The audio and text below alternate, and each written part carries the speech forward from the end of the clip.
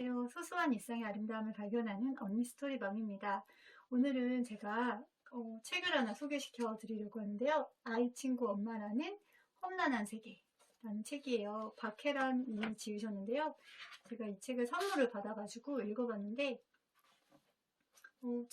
학교 친구나 그런 아이 친구 엄마에 대한 그런 내용이더라고요. 제 채널을 보시고 관련이 많이 돼서 보내주셨어요. 한번 읽어보라고. 근데 읽다 보니까 되게 재밌더라고요. 그리고 뭔가 이렇게 미묘한 그런 거 있잖아요. 나를 깎아내리는데 그냥 뭐 장난이야. 뭐 그걸로 그냥 기분 나쁘게, 뭐 예민하게 반응해. 막 이런 식으로 무마시키면서 계속 나를 무시하고 이런 것들을 경험하면서 참 많은 것들을 생각을 하셨더라고요. 그러면서 가장 안 좋았던 거는 이제 이분이 얘기하신 거는 그러면은 그런 스트레스를 받잖아요. 그러면 내 남편에게 많이 그거를 좀 풀게 된다는 거죠. 저도 비슷한 그거를, 근데 사실 누구나 그래요. 밖에서 화가 나고 뭔가 내가 좀 기분이 안 좋아요. 그러면 그거를 가장 가까운 사람한테 상처를 주게 되거든요. 그래서 저는 이게 굉장히, 그런 것들에 있어서 처음에는 잘 안 될 수 있지만 그때 뭐 어떻게 말문이 막힌다고 하더라도 같이 웃지 않고 그냥 쳐다보는 거예요. 그냥 쳐다보고 기분이 안 좋은 거가 얼굴에 좀 드러나는 게 저는 더 맞다고 생각해요. 그리고 뭐 거기서 뭐 화를 내고 뭐 이렇게 되는 게 어렵다면 그냥 빨리 집에 가는 게 저는 더 낫다고 생각하거든요. 그 사람들이 어느 정도는 이 사람이 좀 언짢았구나, 기분이 나쁘구나 그런 것들을 조금 신경을 쓸 수 있도록 하는 것이 저는 되게 필요하다고 생각해요. 그러니까 저도 이게 엄청 잘 되는 사람은 아닌데 좀 미묘한 그런 게 있어요. 근데 그런 것들을 처음에 그걸 티를 안 내고 괜찮은 것처럼 넘어가면 이게 점점 심해지거든요. 그래서 그 부분에 있어서는 기분 나쁘다고 표현하는 거, 얼굴이나 또 거기에 계속 그냥 아무렇지 않은 즉 있는 게 아니라 빨리 정리하고 가는 것.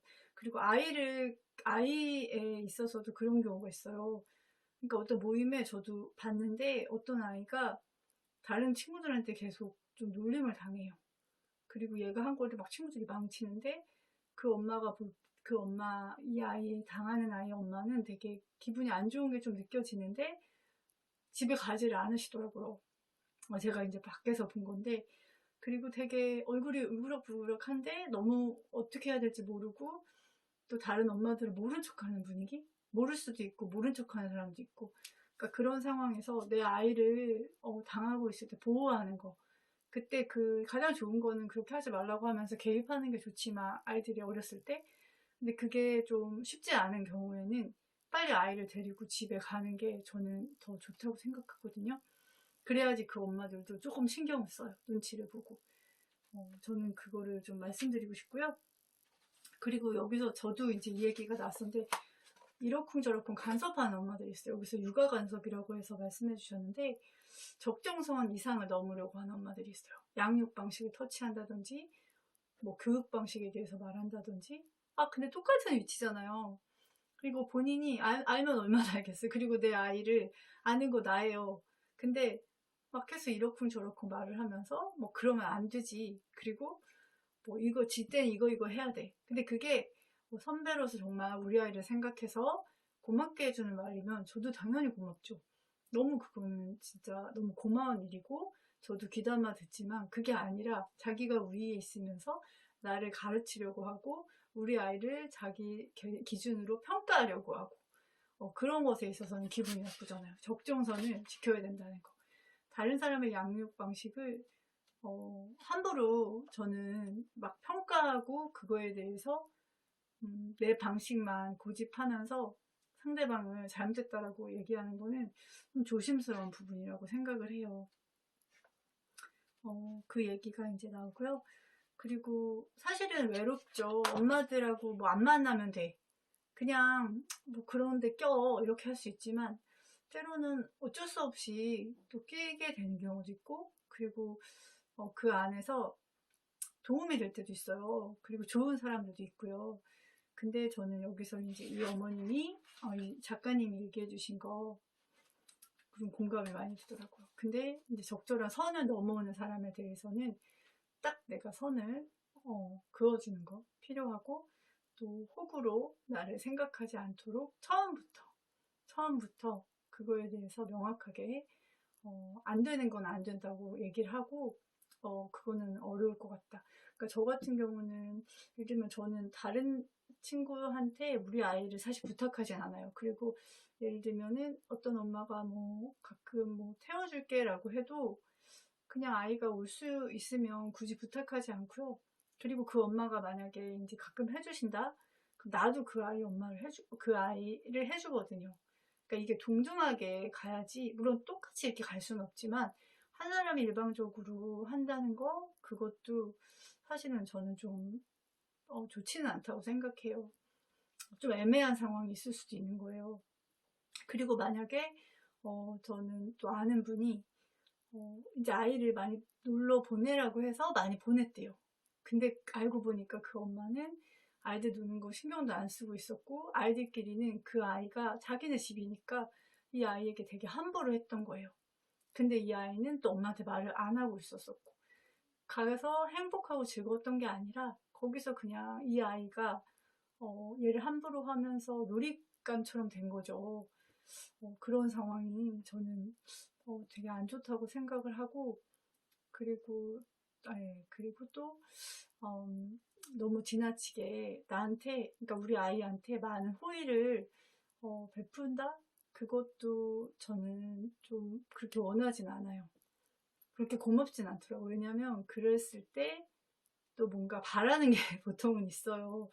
그리고 그분이 처음에 진짜 좋은 의도로 한다고 하더라도 이게 계속되면 내가 그 사람의 약간 눈치를 보게 될 수밖에 없어요. 왜냐면 더 나한테 뭔가를 더 주려고 하고 잘하면 결과적으로 내가 좀 취약해져요. 조정당하기 좀 취약한 상태가 될 수가 있거든요.